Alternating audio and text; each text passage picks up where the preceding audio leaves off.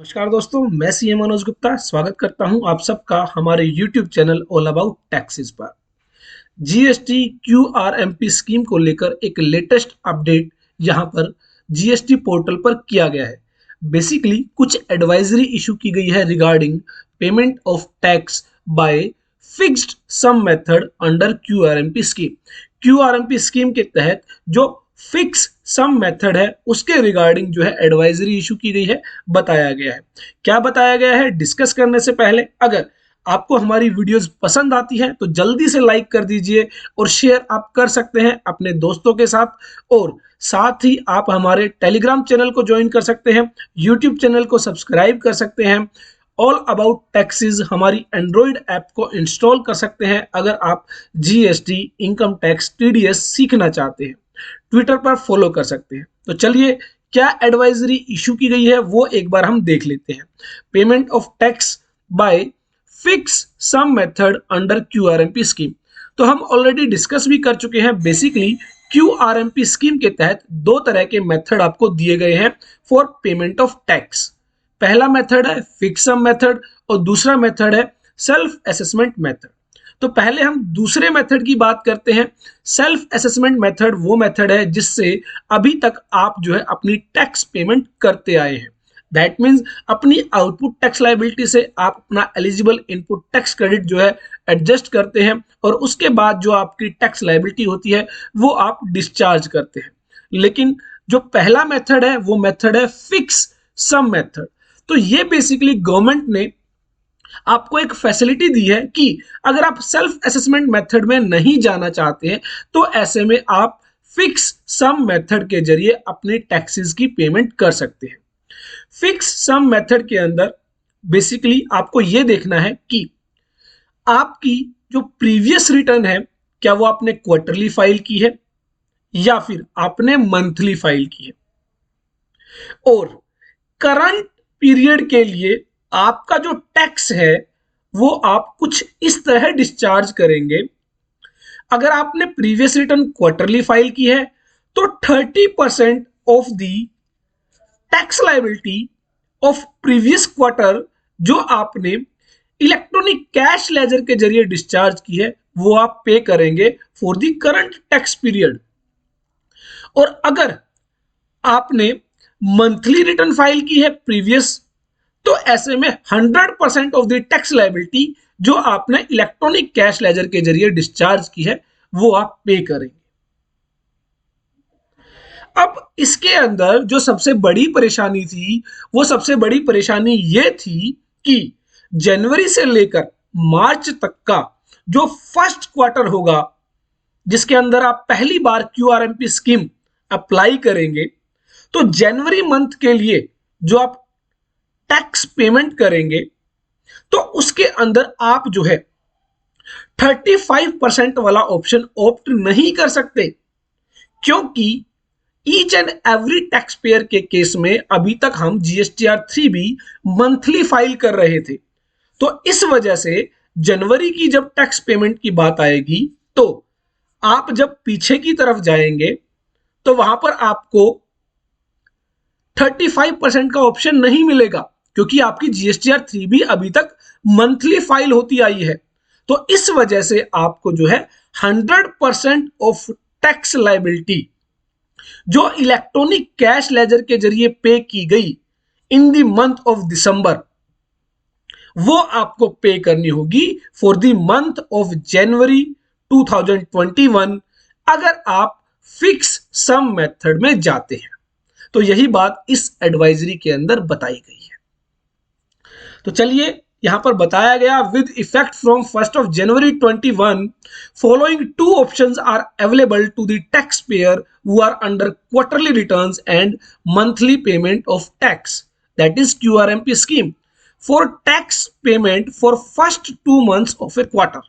तो यहां पर क्वार्टर के पहले 2 महीनों के लिए दैट मीन जनवरी के लिए और फरवरी के लिए आपके पास 2 तरीके हैं अपनी टैक्स लायबिलिटी डिस्चार्ज करने की। पहला तरीका है fix sum method. Portal can generate a pre filled challan in form GST PMT 06। तो पोर्टल क्या करेगा, अगर आप फिक्स सम मेथड में जाएंगे तो आपके लिए एक प्री फिल्ड जो पहले से ही फिल होगा वो चालान जनरेट कर देगा। और अगर आप सेल्फ असेसमेंट मेथड में जाएंगे तो आपको अपनी आउटपुट टैक्स लायबिलिटी बतानी होगी, एलिजिबल टैक्स क्रेडिट बताना होगा और उसकी एडजस्टमेंट के बाद जो आपकी टैक्स लायबिलिटी होगी उसको आप डिस्चार्ज करेंगे। तो यहां पर बताया गया इन फिक्स सम मेथड में भी आपको दो तरीके दिए गए टैक्स लायबिलिटी डिस्चार्ज करने के। पहला तरीका 35% चालान can be generated by selecting the reason for चालान monthly payment for quarterly return 35% चालान which is turn calculated as on the following calculation. और 35% की कैलकुलेशन कैसे होगी? जनवरी के लिए आप मान लो फिक्स सम मेथड के अकॉर्डिंग पे करना चाहते हैं तो ऐसे में अगर आपकी लास्ट रिटर्न क्वार्टरली फाइल हुई है तो उस क्वार्टरली रिटर्न का जो भी आपने total tax electronic cash laser के जरिए पे किया उसका 35% आपको जो है जनवरी मंथ के लिए पे करना होगा। 35% of amount paid as tax from electronic cash ledger in the preceding quarter GSTR 3B return if it was furnished on quarterly basis. तो दैट मींस ये जो 35% वाला क्लोज है ना, ये आपका अप्रैल ऑनवर्ड्स एप्लीकेबल होगा। अप्रैल मई जून क्वार्टर के लिए जब आप टैक्स की पेमेंट करेंगे तो बहुत सारे लोग ऐसे होंगे जिन्होंने जनवरी फरवरी मार्च की जो रिटर्न है वो क्वार्टरली बेसिस पर फाइल की होगी और अप्रैल के लिए और मई के लिए वो क्या कर सकते हैं, वो जनवरी फरवरी मार्च में जितनी भी उन्होंने इलेक्ट्रॉनिक कैश लेजर के जरिए टैक्स की पेमेंट की होगी उसका 35% वो है अप्रैल मंथ के लिए और उतना ही 35% मई मंथ के लिए जो है पे कर सकते हैं। 100% of the tax amount if the GSTR 3B of previous period is filed on monthly basis। तो अभी तक हम क्या कर रहे थे, मंथली बेसिस पर ही GSTR 3B फाइल कर रहे थे। इस वजह से जनवरी टू मार्च क्वार्टर के लिए जो है आपको दिसंबर मंथ में जितनी आपने इलेक्ट्रॉनिक कैश लेजर के जरिए पे किया है अमाउंट, उतना अमाउंट आपको जो है जनवरी के लिए, उतना ही अमाउंट आपको फरवरी के लिए पे करना होगा अगर आप फिक्स सम मेथड को फॉलो करते हैं। It is to note that for the months of January and February in Q4 of 2021, the auto-populated challan generated under 35% challan would contain 100% of the tax liability discharged from electronic cash ledger for the month of December, not 35%. Reason being, क्योंकि आपकी जो अभी तक GSTR 3B file हुई है वो quarterly basis पर file नहीं हुई, वो आपकी मंथली बेसिस पर फाइल हुई है।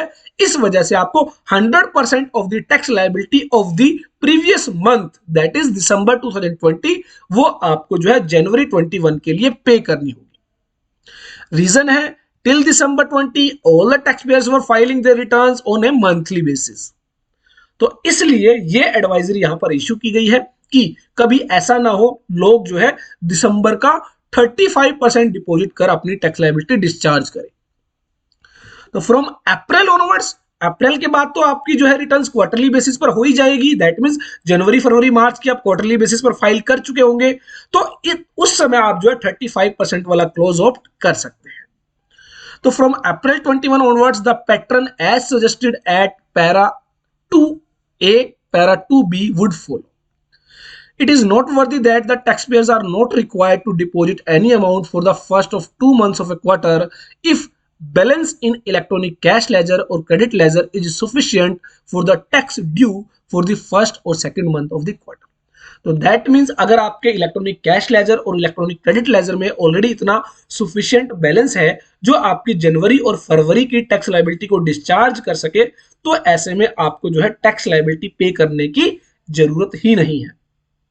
और अगर आपकी टैक्स लायबिलिटी ही नील है तो भी ऐसे में आपको कोई भी चालान पेमेंट करने की जरूरत नहीं है।